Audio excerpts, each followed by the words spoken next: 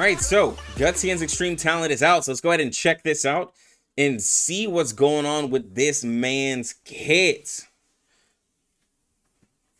I always love these when they put them out.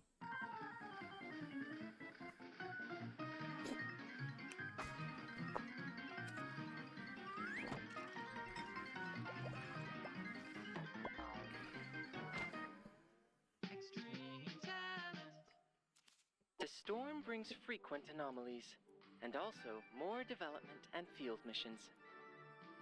Sadly, combat is not my thing. Luckily, data analysis is.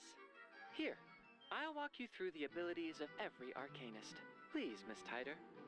4F4B. Okay. Getian, the descendant of Miamungs, a many thousand-year-old species living in the east of Eurasia. Beast of Miamungs are Latus. friendly and curious creatures. They normally have lengthy lifespans. They have different approaches to spending the years.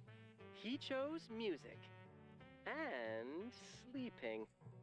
Besides their longevity, Man be chilling. Miamungs are also gifted with the ability of bone reading. To put it simply, they can read other creatures' pasts through the shapes and patterns of their bones. Their bone wands allow them to do something that cannot be done with their claws, like playing multiple instruments at the same time, and, needless to say, protecting themselves. Getian will summon the bones and dive Alright, so let's down, look at this dealing first reality skill. damage to one target, and Single inflict target the shape attack. of bones on it. The enemy in Shape of Bone status will suffer decreased reality defense and take additional Genesis damage when under any attack. Alright, so let's talk about that real quick. Single target attack applies Shape of Bones, and when they suffer any attack, they will do additional Genesis damage. So what was said in his kit that his attacks aren't considered as follow-up. So those of you who are like, oh, is that going to work with 37? From what we've heard and been translated, is not. We'll be able to, test that real quick when he comes out. But Shape of Bones is a named debuff. So from what we know, it should be able to be combined with just regular reality defense lowering. So Bjorn Bloom, Diggers, Shemaine, even Sweetheart should be able to combine their debuff with Getian, because it's named and it's two different ones. So that is very helpful and then adds extra damage to it. So that's pretty good. Getian will start to channel and enter bone reading status, which provides him with a certain amount of Eureka. If he's in bone reading status at the end of the round, he may consume the required amount of Eureka and cast Admonition. That's wild. Will deal reality damage to the enemy afflicted with Shape of Bone status. If Wait, hold on. he Yeah, doesn't this is... have enough Eureka at the end of the round, he will consume all of the existing Eureka to cast Admonition. Okay. So you need to have enough Eureka to attack enough targets, the Shape of Bones. So it seems like you do one cast of Admonition per Eureka that you have. And that's going to be his channel skill, that any enemy who has Shape of Bones, he'll do extra damage, which again, follow-up attack. It says it's not going to be considered as a follow-up attack to help like with 37's Eureka, but we will see, right? Big part of that is that this man seems like an actual true sub DPS, because he has 2 damaging skills and he can add extra damage after applying a debuff that lowers reality defense, and he seems to add a lot of extra damage, kind of similar to how Joe just adds a lot of extra damage. And we'll see if how his values work and what level 1 to level 3 does, because that seems pretty crazy, just the amount of extra damage that he can apply based off of his Shape of Bones.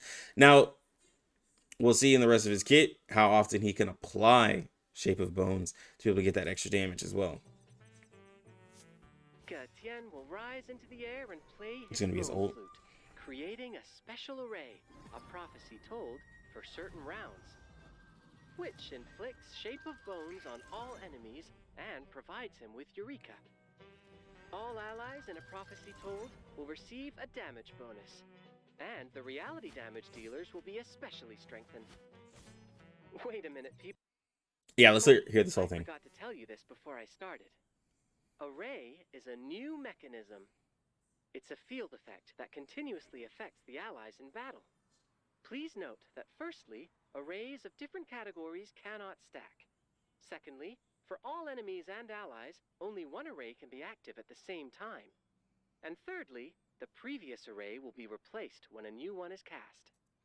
Okay, so array is what we were calling domain. So unfortunately, it's not going to be domain expansion. It's going to be called an array. But we can still call it that. You know what I'm saying, on the channel. So if you hear me say domain, it's going to be the array. So his array will give a damage bonus to to allies who are not reality. If you are reality, you'll get a further damage bonus. Now, we translated it as crit damage at first, but maybe it's not crit damage. Maybe it's actually just a damage bonus, which is good and bad. If it was crit damage, that would have been nice for specific characters, but with it being a damage bonus, fits a lot more characters. For characters who aren't specifically built into crit, it can be nice, right? But I think the crit damage would have been a little bit better. But we'll see when we get into the game what it's going to be.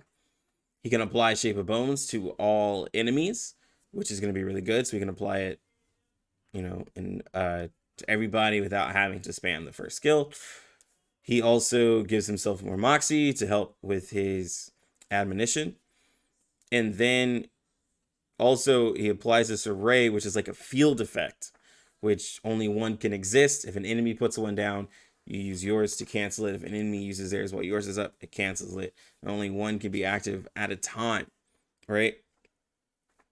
So you're going to have to balance out how you want to use your array if an enemy is applying it, right? So if we get any future enemies, probably in his event story, there might be an enemy who's going to apply an array, and we might see that in the limbo that gets updated as well, right? So it'll be very interesting. And then it says that it lasts for a few turns, so it seems like it's not something that is just infinite as long as it's up, right? So it seems like it does have a max amount of turns from what he says. It's going to be for a few turns, so we'll see how all of that works. But the array mechanic seems really nice. They've added 2 new things to the game so far. We have channeling skills, and then we now have array effects, which is really cool, bro. They went all the way out for 1.6. Remember these rules, and forget about my oversight. Back to business. After the first insight, Getian will gain certain points of Moxie if 3 or more reality damage dealers are joining the battle with him. The critical rate and critical damage of his skill Admonition will be increased when he's in a prophecy told. When he reaches Insight 3, he will inflict Shape of Bones on one random enemy at the beginning of each round. That's really good. Additional Eureka if he's in a prophecy told when the round ends. Okay, so he gets more Eureka at the end of the round if he's in his ult. And he's able to apply Shape of Bones to one random enemy. Now that is huge, because if there is less enemies, then there's a better uptime without having to apply it yourself, which makes him at Insight 3 a lot more AP friendly, with really only having to use Admonition and the ult, which is pretty nice. And I wonder if allies can't give him Eureka, because every other character, allies can help you gain Eureka, but from what they've shown, it seems that Getian is the first character who has to pretty much gain Eureka on his own. And you do want high amounts of Eureka, so you're going to probably see in his portraits where he'll be able to gain more Eureka or increase the effect of things, or increase the damage of his Admonition. We'll see when the character fully comes out. Music is the vital vehicle. And this is pretty much towards the end of it. I don't want to make the video too long that we're doing. But Getian has a really interesting kit to me, and how he'll fit with the other characters, right? So with his ult, he'll be able to give a damage bonus for all characters, but then further increase the reality damage. So you obviously want to put him in a reality team.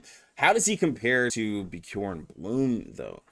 So if he can lower defense, what really matters, and we'll find all this out in a couple of hours, but what really matters is how much is his reality defense debuff, right, that he can apply without having to do level 1, 2, or 3. It's just a debuff.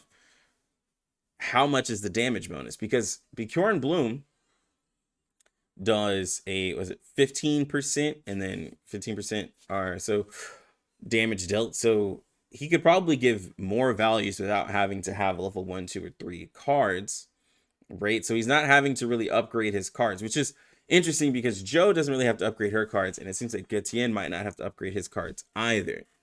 But we'll, again, we'll see how that all is. Because if he can give a better value without having, it seems that he'll be a little bit more AP friendly if Bjorn Bloom. But remember, they can also be used together because his debuff is named and he gives a damage dealt. He gives a damage buff where Bjorn Bloom gives a damage dealt debuff to the enemies. So it'll be really interesting to see both of them work together, which I do have them leveled up on my account. I just have to try to get this man here. We'll see. We'll see how how lucky we can get. But please let me know down in the comment section what you guys think about Getian. I think his kit's really interesting. We got to see how he pairs well with the debuffers already, and we got to see how much damage that he can increase on the current reality characters, because reality characters seem like they're eating really well right now. So we got to see that. And then there's gonna be a limbo. There's gonna be a raid boss. There's gonna be the roguelike mode that we can put him in. So a lot of content that we can put homeboy in. So it's gonna be a very exciting stream if we can get him. But anyways, guys, I'm gonna go ahead and get out of here. You lucky gamers, have a good one. Lucky Lex out.